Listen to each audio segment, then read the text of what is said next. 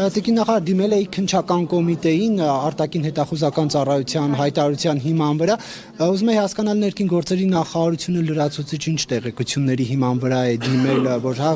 հարցներին մասն է որ օտարպետություններում հայերին ճնշում են ընտրություններին մասնակցություն ունենալու հետ կապված միայն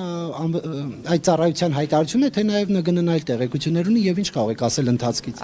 Ես ենթադրում եմ որ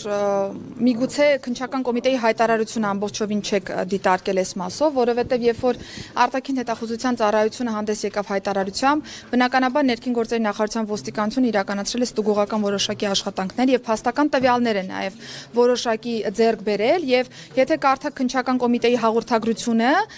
կոնկրետ այս դեպքով մեր ներկայացրած հաղորդման հիման վրա նախաձեռնված քրեական վարույթով կտեսնեք, որ այնտեղ մի փոքր ավելի ճշգրտումներ կան ներկայացված, թե Հայաստանի Հանրապետության քաղաքական դաշտում գործունեություն ծավալող կուսակցությունների, թե կուսակցության ներկայացուցիչների եւ թե նաեւ այլ դերակատարների օժանդակության process-ը կազմակերպելու մասով։ Որտեղ է դա տեղի ունենում տիկին Սարգսյան որ երկրում։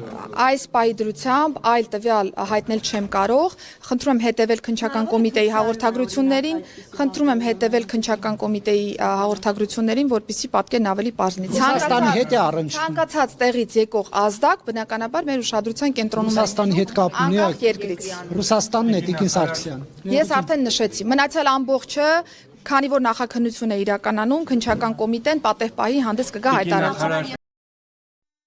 Հավանիչ տեսանյութը եւ բաժանորդագրվիչ նորությունները բաց չթողնելու համար։